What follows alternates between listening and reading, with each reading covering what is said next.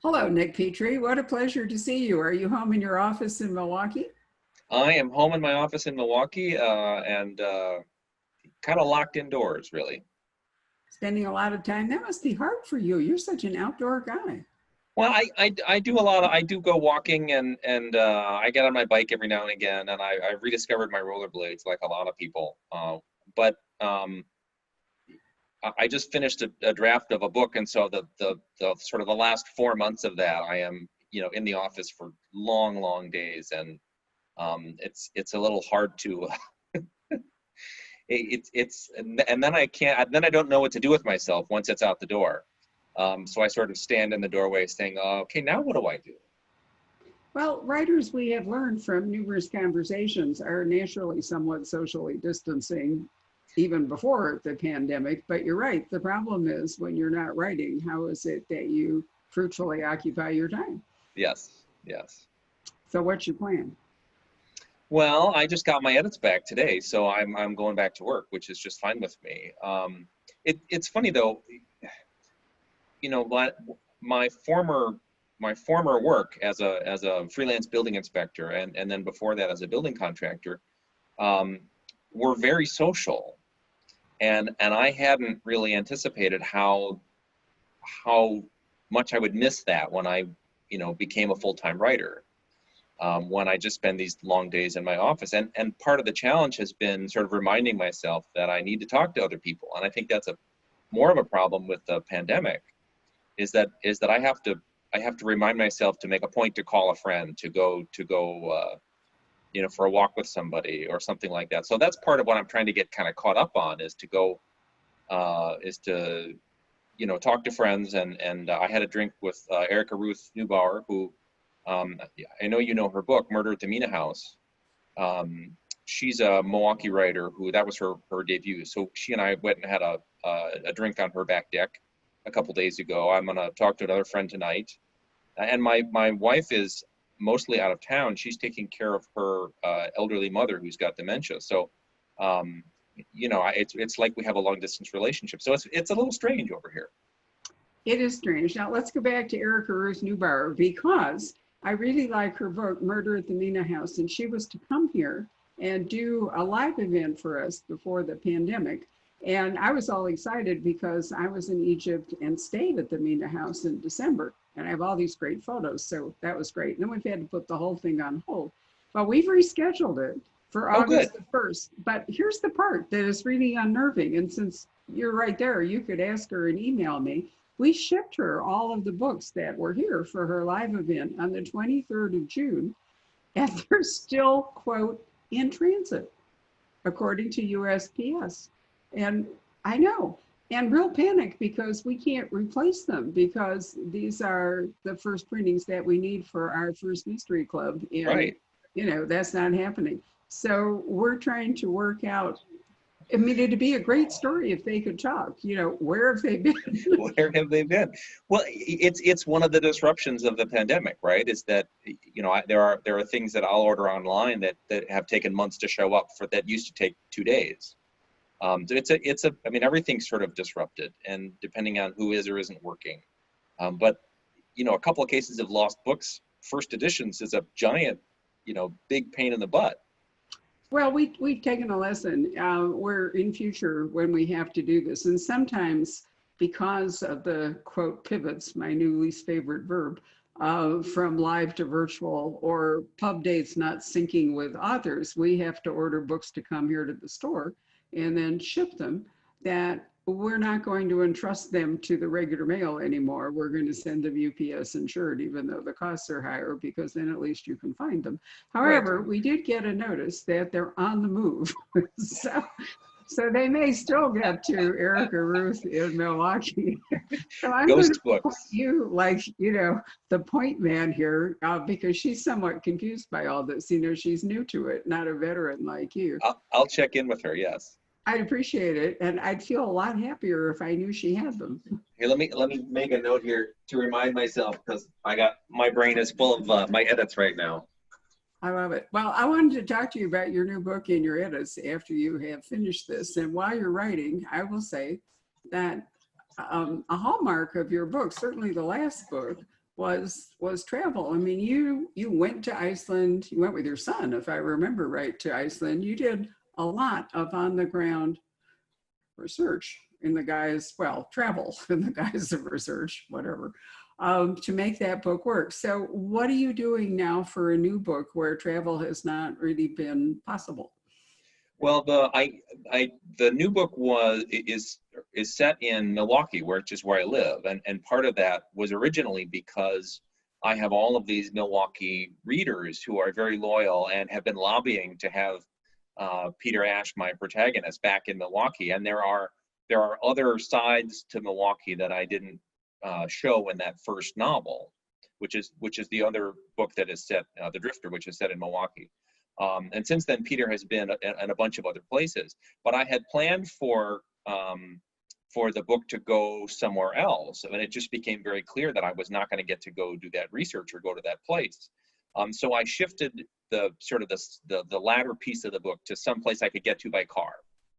And I'm thinking about the book I'm starting as also someplace that I can get to by car, because I don't want to have to rely on the airlines. And it's also, it's kind of how Peter travels. So it's sort of fun to kind of say, okay, well, I'm going to get in the car and kind of get inside his head and do that a little more directly. So it means I'm not going to set a book in California, because I don't want to drive from Wisconsin to California. And it means I'm, probably not going to set a book in Florida for the same reason. But there are lots of other places that are, within a day or two car drive that I can go, drive around and check out. Because I really do believe in the on-site research. You can really only do so much online. And I always discover much more by being there that I wouldn't discover otherwise. The smell of the place, the things that you see when you're standing someplace that are off in the distance. The Denver book, I hadn't been to Denver before I wrote about, before I started writing about Denver in Light It Up. And I hadn't realized that it's sort of where it stands in relationship to the Rockies. And so and how much it would feel like a frontier town. And Denver's a boom town for sure, but it has all of these other aspects to it. So, I don't know how long this is going to go on and how long it'll be before anybody's comfortable getting on a plane for over and over again. But that's kind of how I'm adapting to it. I may have to, rent a motorhome and talk Margaret into keeping me company if we're going to do a longer road trip. I don't know. We'll see. Well, as I understand it, the RV is making a huge comeback, as is the camper van and minivan. Yep. And so forth. But now look, I grew up in the Midwest. I grew up just north of Chicago in Winnetka. When I have to tell you, Milwaukee was a day trip. Before freeways and all of that, it was a serious drive to go from just north of Chicago to Milwaukee. But there are a lot of fascinating places in Wisconsin that nobody writes about. There's the Wisconsin Dells, you can, Western Wisconsin, there's Green Bay, there's Fond du Lac, there's... Well, sure, the Mississippi, yeah. there are, every state has so much variation and so many, different great places to set scenes or to have as a setting for a whole book. But from the beginning, Peter has been sort of a wanderer, a traveler. So I don't want to lose that entirely. But I do think about writing a standalone set in Milwaukee or set in Wisconsin, I'm starting to think about some of that other stuff. The next book is another Peter Ash book, but I'm starting to sort of think about what other kinds of things I might want to write about, and Wisconsin is one of them. Well, there's a lot you could say. Since there's such a focus at the moment on immigration and, cultural mix and so forth, and Milwaukee has a significant, just like Chicago. When I was a kid, Chicago was either the largest or second largest Polish city in the world.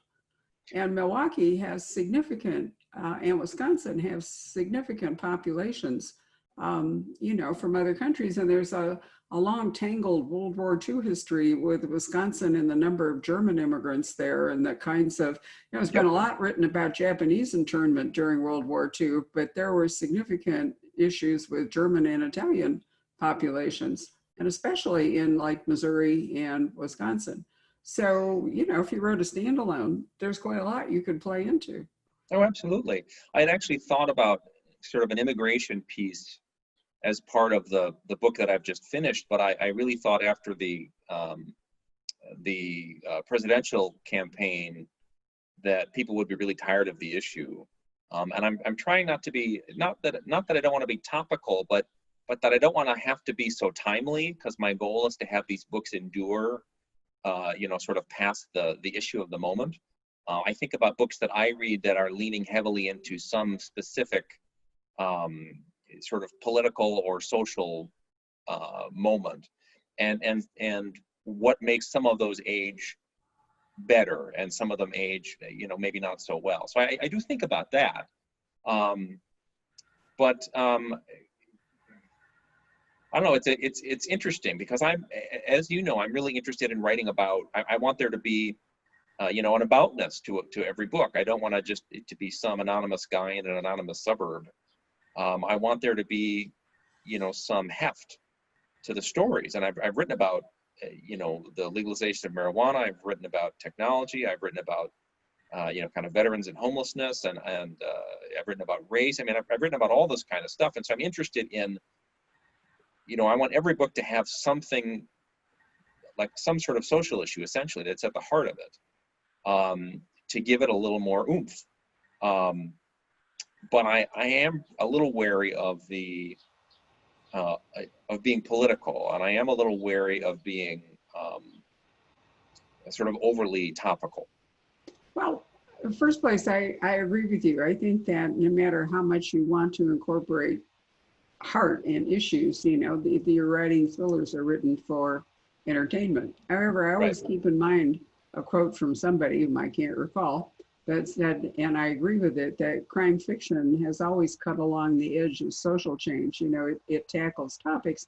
And one way, that you can deal with what may be something that will date or seem to outmode itself too fast or whatever, is deal with it in an historical context. So, you could write about Wisconsin and you could delve back into, as I said, like the World War II history, sort of it's too far away for a cold case, but something that happened that prompts something now. Most of the authors we've talked to don't want to write about the pandemic. They want to write about either life before the pandemic or life after the pandemic, but they feel, as you just said, that writing about the pandemic is necessarily going to age the book as soon as it publishes. Well, I think about that a lot because I sort of wanted to write the pandemic into this book a little bit, although it was too far along for me to do that. But so I was thinking about the next one, and so I talked to other writers I know, and they're like, oh my God, no, nobody wants to read about the pandemic. It's in the news everywhere. Like, this is for escape, right? We read crime fiction to be someone else, to be somewhere else. And so, I think the pandemic will show up in fiction as background more than it will sort of as direct experience, at least for a little while. But, I sort of realized how much I choose not to consume in terms of my nonfiction world, because it relates so much to, current politics, the pandemic, all this other stuff, which I'm just, I feel like as a writer, there are times when I want to sort of take in the world as much as I can. And then there are times when I want to shut the world out so I can work. And the funny thing about, all of the social upheaval and the coronavirus stuff and current, divisive politics and all of that stuff, I am done with all of it. And it is, I find it, that I can only handle a little bit of that a day. And so I kind of have, I put an internet blocker on my computer so I'm not tempted to, go online and read the news or to go onto social media. I have sort of I put a kind of a news limit on my day. I get to look at the headlines for about 5 minutes, because otherwise it just becomes so distracting. I wasn't sleeping well, all of that stuff. So part of it is kind of managing my own reaction to it. Well, as well. that's actually a very healthy thing to be doing. My husband and I still subscribe to newspapers. We get three. We get the Washington, no, we get the Wall Street Journal, the New York Times, and the local paper, the Arizona Republic, and subscribe to the Washington Post online. And I subscribe to the Guardian. And once a morning, we look at that and then we put it away. I think that bombarding yourself, letting yourself being bombarded, in fact, with constant news and updates is just, it's not healthy, it's distracting, and it's fear mongering to a great degree because, I mean, we're in this amazing dystopian moment where there's so many things that have come together, as you say, politics, the pandemic, you know, Mr. Floyd and his tragic demise and where all that's going. And it's very much like the 1930s. And I was always happy to have been born in 1940 and escaped the 1930s. And I find it ironic that towards the end of my life, I'm all of a sudden dropped into that period that I thought that I had luckily passed. Well, my parents were both born in 1940, and my mom talks about how much this reminds her, not the pandemic piece, but the political piece, and the all the kind of the racial protests really reminds her of the late 60s, like very viscerally, as well. So it's just what's the line that history doesn't repeat itself, but it rhymes. Something along those lines. I mean, Yeah. I lived through the McCarthy. In fact, it was in Wisconsin, but I remember the whole blacklist and Joseph McCarthy era and how none of us thought it would ever end. It was exhausting. It was so similar to what we're going through at the moment. I think many of us really wish it were, December or even better, January, because the constant turmoil of it is so unnerving and unsettling, and we begin to yearn for stability when we've had too much instability. Well, it's funny too, because financial people talk about how they don't really care who gets elected. They just don't like the uncertainty. They don't like not knowing, and I think that's a huge piece of it as well. It's just that it's turmoil certainly is not great for the markets, but it's not good for us either. I mean, I think I certainly crave stability in my day and my week, and especially the more crazy things are, sort of outside my doors, the more I want my life to be, kind of regular and routine at home. Well, part of what is unnerving is that we don't see an end to it. And I remind people who love historical fiction, I'm very fond of Regency era books. Jane Austen's not really Regency era, at least part of it, but works of authors like Georgette Hare and so forth. And then I remind people that that was a 20-year war between England and France, and no one knew how it came out until Waterloo in 1815. So imagine living through 20 years of not being certain that you were going to be invaded or what would happen, but we know how it came out, so we can read about it in comfort. But we can't live through this moment right now in comfort because we don't see the end yet. Yeah, that's a great insight. I like that, and it's almost helps to sort of pretend we're on the other side of it, and to sort of say, well, what do I wish I would have done during this time period? How would I like to have behaved? What projects would I like to have undertaken? I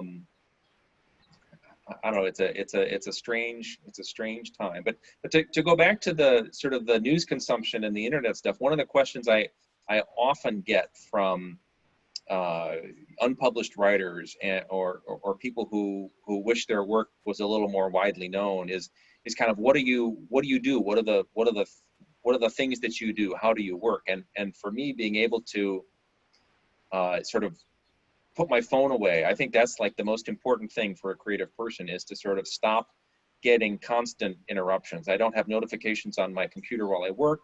I put my phone on do not disturb, so I'm not gonna have any chiming texts or anything. Is to sort of allow your brain to just focus on something for an extended period of time. And it's amazing how often younger writers or newer writers sort of look at me with horror, like they cannot imagine, putting their phone in another room. But I talk about this with writers who have been doing this longer than I have, people who are more established, and they all, almost to a person are like, no, if I'm working, the phone is somewhere else. I talk to someone who goes down to the basement and turns off his router. It's not just software on his computer. He goes down to the basement and turns off the internet in the basement because it's just too easy to click the stuff and to look something up, and then you're down the rabbit hole. It's a really interesting kind of self-management technique. Well, it is self-management, and that would apply whether we were in the mess that we're in or Right. not due to this digital age. But to touch back to your earlier point, one could look at this as disaster, or one can look at this as a time of innovation and some experiment. And I think the key is what you just hinted at. We should try to be our best selves, whatever that might be, our best selves personally, our best selves professionally. And that, it seems to me, is the best way forward to go through this. So when it's over, we don't look back and say, I wish I had. I mean, there'll always be some wish I hads because none of us is perfect, but I would like to feel that we've really accomplished things rather than just thrown up our hands and gone boo-hoo. No, I agree. One of the hardest things for me this year is that there are, kind of three things I try to do. I have tried to do regularly in my writing life is to go to Thriller Fest in New York every summer. I really love BoucherCon, which is every fall. I was invited back to the Tucson Festival of Books. That'd be my second time. And I have 3 or 4 times gone to the Poison Pen in the summer to interview someone while you were off on a trip. And like those are the kind of the high points of my sort of the personal part of my life as a writer. Is I get to talk to other writers, and I get to talk about books, and I get to go sort of be with this group of people that, we all have the same disease, right? We're all kind of crazy. We all want to tell stories. And this year I can't do any of those things. Well, that's because you can actually do one of them, which is you can talk to authors in our programs, because we are, in fact, sign me up. I just signed up Linda Castillo to talk to Sandra Brown at the end of August, for example. I love having authors interview other authors because, after all, we're doing 44 virtual events in July that are scheduled, let alone all this. It doesn't need, and it shouldn't be me or Petrie all the time. Readers are sick of that. So it's wonderful if you can get 2 authors to talk to each other. So if you're up for that, I have probably got several opportunities for you. Sign me up. It's one of the things I enjoy most. You really are. I mean, not everybody has that skill set, but you've always been, which is one reason I keep inviting you, you've always been really superior as a host and as an interviewer. You're interested in other authors. You always prepare well. You know how to guide a conversation. You know how to ask probing questions. So I think you're ideal. So, well, if you're game. That's high praise coming from you, because that's how I feel that you do when you're the interviewer. That's how I always feel as well. So let me know, sign me up. I'd love to do it. I will. All right. Now, just before we end this, tell us about the title of your January book and just a little hint of what it's about, because we may end up doing this virtually in January if you're not feeling comfortable about getting on a plane. Although I have to say that if I had a choice between being in Milwaukee and Scottsdale in January, I would probably risk getting on a plane at least for 3 days. There is that aspect to it, for sure. No, I had walking pneumonia as a kid, and my dad was a smoker, which may have contributed to the asthma I have. So I'm a little twitchy about anything that's lung related. I get bronchitis quite badly every couple of years. So I am probably more in the caution department than climbing on a plane. But one can hope that we've figured this all out. We've got a vaccine. It's all solved by January, in which case I'll get to see your face once more in person. Well, that would be lovely. But let's talk about your book now for a minute. Oh, yes. The new book is called The Breaker. It's set in Milwaukee, and So I'm not sure quite how to, I haven't really thought about how to talk about this because I've just sort of finished my first sort of solid draft. But it begins with our hero Peter Ash with his friend Lewis and June Cassidy, Peter's sweet patootie, having coffee outside the Milwaukee Public Market, and they watch a man with an assault rifle walk into the market. And then everything sort of unspools from there, and it goes in some sort of strange and unexpected directions. At least I hope they're unexpected. I think that's all I can really say about it right now, because I don't really know quite how else to talk about it, because it's still so kind of in my brain. That's fine. I didn't, I think that a teaser like that is terrific. I will also say, if you are going to continue to write about Milwaukee, that one of my favorite memories, recent memories of Milwaukee, my oldest and favorite memory of Milwaukee was the World Series game, and I think it might have been 1957 when the Braves were playing.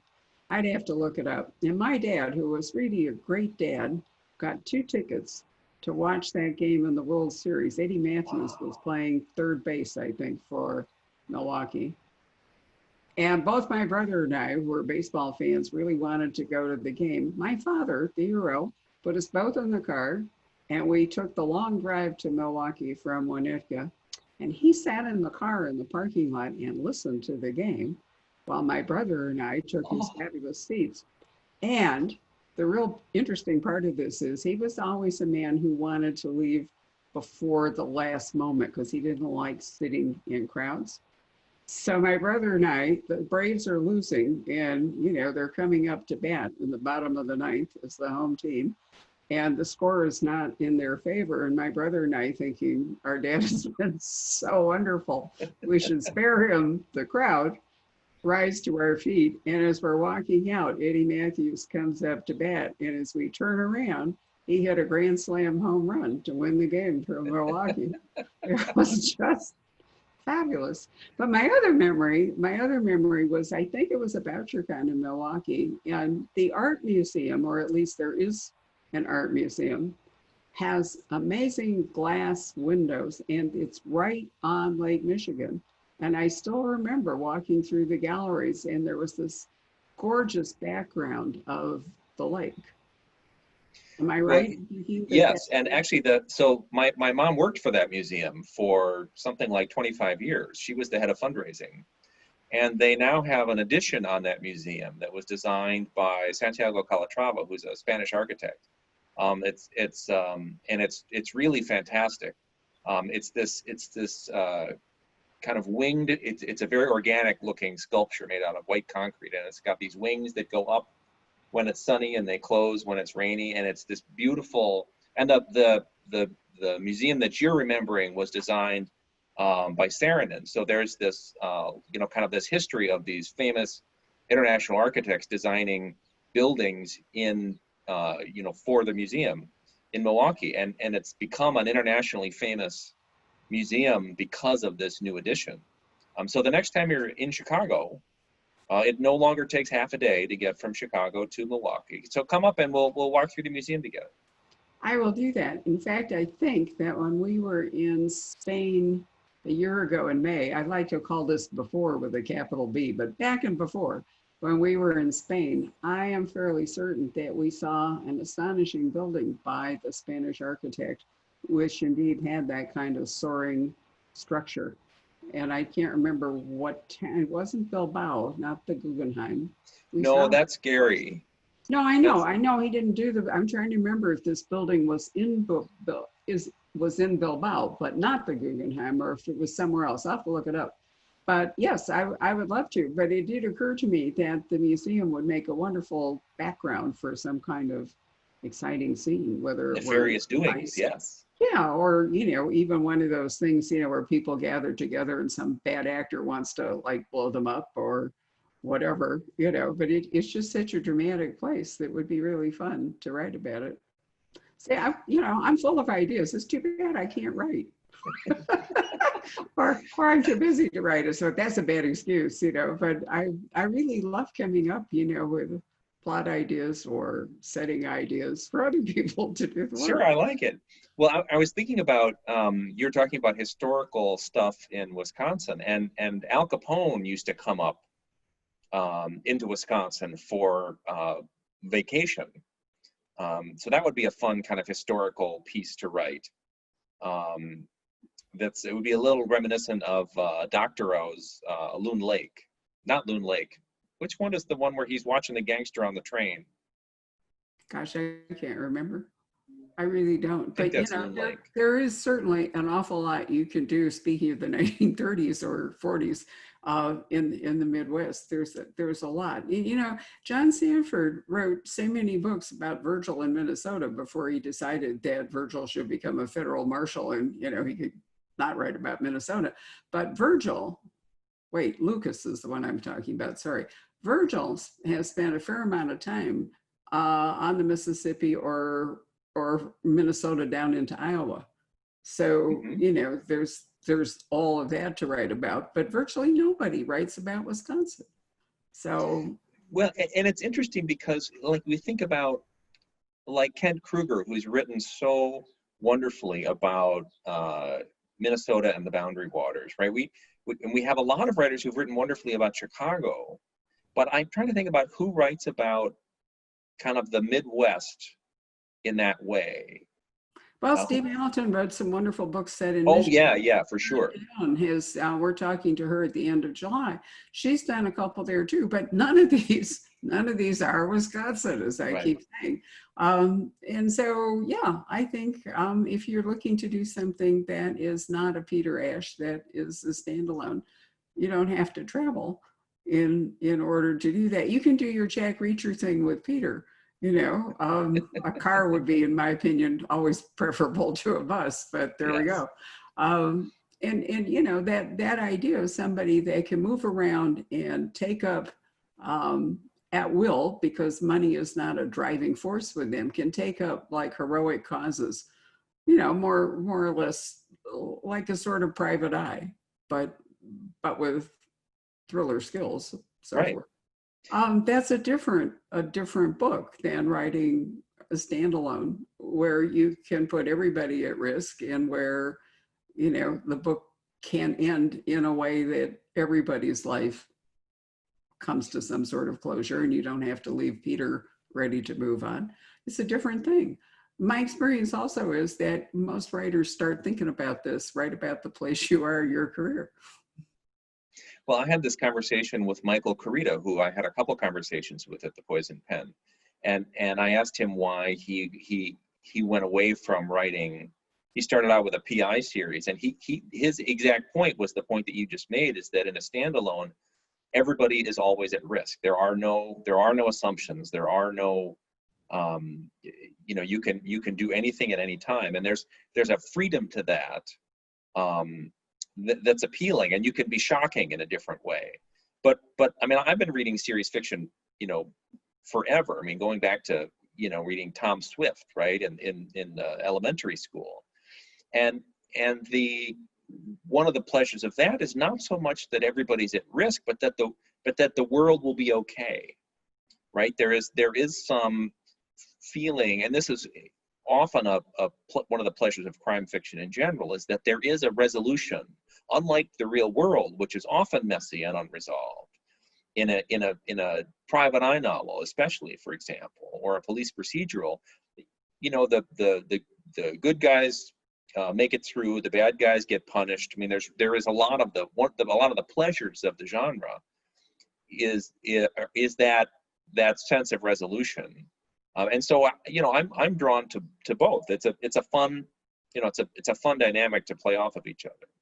I'm drawn to both too. And I love series, but another thing that a standalone allows you to do, aside from putting everybody at risk, is that you can also bring relationships to closure, which often in a series you're reluctant to do.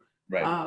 But you know, you can have a romantic or parental or some sort of relationship in a standalone book that comes to a definite end, where in a series you might not feel so free to do that. So, you know, that's another I think that's one reason a lot of domestic suspense, this Gone Girl sort of book, which in my opinion is so over prevalent at the moment that I can hardly read them right now because I'm just so overloaded with them. But that is one thing that people do relate to, is that the relationships, however twisted they are, however the betrayals are in the whole bit, they do come to some sort of closure or Evolution. whichever Yeah. it might be Yeah. at the end of the book. Whereas in a series, you always have to be careful to, you can't kill off not just the protagonist, but you have to keep the other players. For example, people would hate it if June died at this point, you know, in a Peter Ash book. Or so there you are, you know, with Peter and June. And how do you keep that going? You know, if they're too much together, is it too domestic? If they're too much apart, is that even believable? It's a whole different set of questions that you have. And I think that's why people who write long-term series sometimes really like to write standalones, or they get a great idea that doesn't fit for the series. Well, and that's one of the challenges to Peter Ash, is because the way that I've sort of designed the series is Peter can go anywhere. He can take any of a number of roles. It can be a big story or a small story. And so it's easy for me to fit a lot of ideas kind of under that umbrella.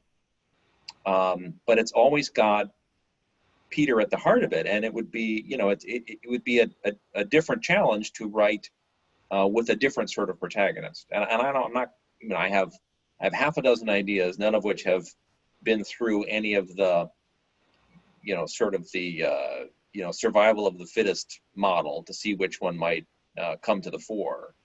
But I do think a little more of an everyman sort of book, right? Peter is an exceptional person. And so to do something that's more of an everyman being challenged to the utmost of his whatever would be an interesting, different set of muscles to use. Well, when that idea, whatever it may be, really takes hold of you, you will find that you will have to write it before you write anything else. And if none has done that so far, then it would make more sense to work on Peter and wait and see what happens. If you try to force it, it won't work. Well, I've talked to other writers about this as well, and that's the exact same advice I've gotten, is that you will know when it's time because you won't be able to turn it off. Very true. I noticed that Tess Gerritsen, who has written a long-term police procedural series with Rizzoli and Niles, as you know, so television's been wonderful. She just signed a contract to write a book for Amazon Publishing, which is a standalone, because they are happy to do that sort of book, whereas many major publishers don't really want authors to vary from their series. So I thought, you know, this was because she had talked a little bit about ideas she had that were not series ideas. You know, so there are a lot of different strategies that authors can adopt and adapt, depending on what kind of story they want. Listen, this has been wonderful. Thank you for your time. I am so pleased that you are willing to be a guest host again, and I'm going to start combing upcoming requests and see what I can lob at you, because Sign me up. I really enjoy it. I will. Thank you so much. Give my best to Margaret. And I will. It's nice to see your face. And yours too. I miss you guys. You know, I mean, my year was punctuated by the rhythms of, you know, authors arriving at regular dates. And, you know, we had the Valley Ho, we had drinks, we had dinner. The book part of it was almost incidental in a lot of ways. And so my social life, like yours, has had to take a whole new direction. But I'm grateful that we have this technology so that we can stay in touch. It's way better than nothing at all. Well, imagine this happening 10 years ago, right? We would really all be sort of locked into our little lives in a way. And now you know, the virtual stuff is not a substitute for real, but it's much better than the alternative. It is. So I'm super grateful. I am too. And I do think that there are some good parts of this, even when I like to think we're going to get to after with a capital A. But there are some good parts of this that I hope we can keep. And one of them is reaching international authors who were never going to travel here. Right. And doing some things. You'll like this one. One of my favorite events coming up in August. I'm hosting Jonathan Slant, who has written the definitive book on owls of the Arctic. I am really looking forward to this. My qualifications are I've been to 2 owl sanctuaries, one on the Columbia River and one at Penrith Castle in Wales, where I have great photos of the owls in rehab. And the other is I've traveled both Arctics extensively. I was going to say. That's all I know, but what I find interesting, we have, as you know, a huge mailing list. I mean, it's tens of thousands of people. I'm sure in there somewhere there are birders that we've never discovered, and there may even be owl aficionados that we've never discovered. And so by using Zoom to do things that we would never have done in the normal course of events, nobody would have traveled Mr. Slant to Phoenix to talk about Arctic owls. I mean, it just wasn't going to happen. That we may discover things about our customers and readers that we didn't know before. So I find this part really exciting. Well, and I think that's absolutely the right attitude, is to sort of say, okay, what have I always wanted to do? What have I always wanted to try something different, or what's an angle I'd like to take that I hadn't otherwise? I think that's really the best way to approach this, and good for you. Have you ever read Helen Macdonald's H is for Hawk? I have not only read H is for Hawk, but I attended her appearance here in Phoenix, regrettably not at my bookstore, although I'm trying to fix that for the new book. And I thought it was a remarkable book, and I've forgotten the sequel, but it's coming, not a sequel. She's written a second book that is publishing in August, and I'm really getting ready to read it and enthused about it. There's a lot of wonderful nature writing, and there's a lot of terrific nonfiction that is suddenly appearing. Another event we're doing, Nicholas Griffin, I've got to stop waxing on here and taking all your time, but there's a wonderful... There is nothing I will do with my day that will be more enjoyable than this part. Oh, thank you. Nicholas Griffin is a terrific writer, wrote some great fiction, and I got a note from him that he has written a nonfiction book set in Miami in the 1980s about the crime, the drugs, the cartels, and everything that was besieging Miami. And he wondered if I were interested in doing the event. And I said, hold on. So then I wrote to our mutual friend, Mr. Sanford, whom I know was a reporter on the Miami Herald during this period. And he was the crime reporter. So I said, and he's bored. He's sitting there in New Mexico, same problem you have. And I said, John, I have this great opportunity for you to talk to Mr. Griffin about this book. So I sort of put it on the back burner in the sense that, and I'm not sure I can find all the quotes, in the sense that it would be an interesting and fun thing to do, but not necessarily a barn burner thing to do. And that's okay with me. We should do a lot of events, not about their commercial aspects, but because, they're a wonderful public kind of conversation. Well, Mr. Griffin's book was reviewed in the New York Times. Mr. Griffin's book has been starred and reviewed everywhere. Simon & Schuster informed me today it doesn't publish for a while. They're already into a second printing, and would I like to, increase my order while I can? And we had Nicholas, who can't travel here. He sent us some vintage photos from 1980, so we've created a postcard. And all of a sudden, this what I thought was going to be a really fascinating conversation about 1980 Miami was going to turn into a much bigger conversation, probably having to do with policing and, inner city crime and all kinds of things that are very topical. So if you don't sign up, you never get to go there. Well, it's like artists and writers often say, it's if you don't show up, nothing interesting will ever happen. And you don't know how many of these things will turn into something more lively like that. But even if it didn't, it's an opportunity to introduce, because a lot of readers of crime fiction are also big nonfiction and big nonfiction readers, and also big true crime readers. So I think, even without sort of the success of the book beforehand, I think there's a great bit of crossover interest to that kind of stuff.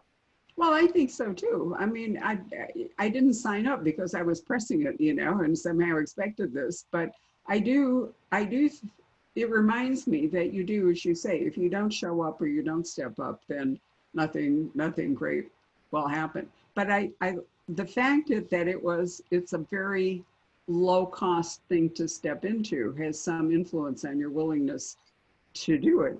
And because talking to somebody on Zoom, the resource we're investing is really my time more than, or in this case, Mr. Sanford's and my time and Nick's, much more than it involves, travel and all the things that go with a regular book tour. And so we can be more experimental. And that's what I'm hoping, that when we move to after with a capital A, we will still be able to have wonderful nights with authors like you. But we may also be able to do this kind of thing where it just wasn't even feasible a year ago to discuss it. Well, and it lets you feature, kind of different things that you find interesting, which, I don't know, one of the things about your place in the book world is that I think, if there's a book that isn't necessarily related to crime fiction that you are interested in, then other people become interested in as well, because you have, this eye and this ear, because you've been in this world for now 30 years. So, I mean, you can also, sort of shine a little light on something that people might otherwise not see or know about. Well, I agree. In fact, that's the reason I agreed to do both of those programs. It was partly because I'm interested. And yes, I probably enjoyed the owl idea because I liked H for Hawks so much. I thought, if I could like hawks, I could like owls. It'll all work out. But yeah, I really do like that. And that's, as I said, why I hope to keep the positive parts of how we are currently running things alongside the more traditional ways. Because what we really miss are the people. We miss that personal interaction. I look at some photos from last year, of like 200 people crowded into the store and they're just rocking, waiting for the author. And I can see Don Winslow dancing down the aisle, or Steve Berry, or Mr. Sanford, or you, or, and that whole wonderful vibe, almost like a concert vibe that we had. And we all miss that. So I would like to get that back, but I'd also like to have this freedom, keep this freedom we have to do these things that just would not have been feasible before. Right. So it's been great. Thank you for your time. Can I have one last question? Sure. Before we go, can you give me a book or two that I might not have heard of, something new that I should be reading? I can tell you three books actually, that are my so far top favorites that I have read so far this year. Paul Doiron, who is a bit like C.J. Box, but his own territory is Maine. One Last Lie is absolutely brilliant. It's set on the St. John River and the border, along the Canadian border between Maine and, well, obviously that's redundant, but on the border between Canada and the United States, on the St. John River, where the Acadians have been used to traveling back and forth and are now just like the Indian tribes that you can read about in Montana and Minnesota, where the artificial border has disrupted their centuries-old travel patterns and so forth. And he has a game warden who has investigated. In Maine, game wardens can also be investigators with police powers. And he goes up there and ends up looking into poaching rings, and the disappearance, a very cold case, the disappearance of a ranger who was sent up there undercover to look into poaching and who was never heard from again. It's just a great story. Then Robert Povey wrote a book called City of Windows last year that I thought was one of the best thrillers of last year, and he has now written a sequel, which I can't look over here, but I think it's called Under Pressure. No, I read his first one, which I really liked. Oh God, but this one's even better. Okay. No kidding. And so we'll be talking to him. He lives in Toronto, so he was not coming down here anyway. We'll be talking to him on August the 9th, I think, right before we're going to have Lee Child talking to Mark Billingham. So it'll be a nice double bill for a Sunday afternoon. I'll send you the link because please if you do. like Mr. Bobby, you might like. So Anyway, Under Pressure, I think is the title. Absolutely love. But the most interesting discovery I've made, do I have a copy? Ah, I have it here. I can show you. This is my favorite book and my husband is loving it. It's like Oh, nothing I I have. can't see it because of your background. Oh, shoot. All right. It's by Valérie Perrin, Perrin. It's published by Europa. It's called Fresh Water for Flowers. It is set in France. It is so immersive that I took a whole, you know how fast I read. I took a whole afternoon and read this book. I mean, I turned everything off. My husband's a very slow reader. He's like on day 4, so we don't match in that respect. I think I can actually, can I hold it up? There, sort of, because Oh, there you go. Sort of, kind of. there it is. Oh, there we go. Fresh water for flowers. Anyway, if you are looking for something different and completely surprising, you will never figure out where this book is going. Honestly, I had no idea where it was going. This would be my top recommendation. That's great. Thank you. Thank you. I've been looking for new stuff. Well, you will thank me for this book. And you know what? Margaret would like it too. It's, Okay. It's just, I've never read anything like it. The structure of it, the premises of it, the characters in it, the language. Of course, I'm a Francophile anyway, so that part appeals to me. But you can immerse yourself in this aspect of France that might not have ever occurred to you. The heroine goes from being a railroad gatekeeper to a cemetery keeper. Seriously, it's just fabulous. And it's rare to read something that seems so totally new, isn't it?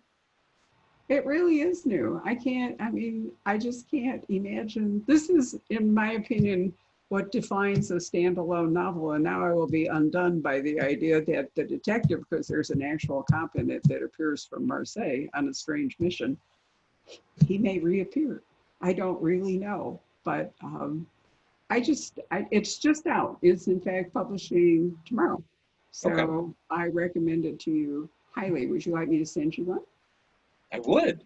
Please do. Yeah. Why don't I send you a copy? Thank you. You're welcome. And on that note, I will say au revoir. Au revoir, and thank you so much. It's nice to see you. And to you too, Nick. Bye.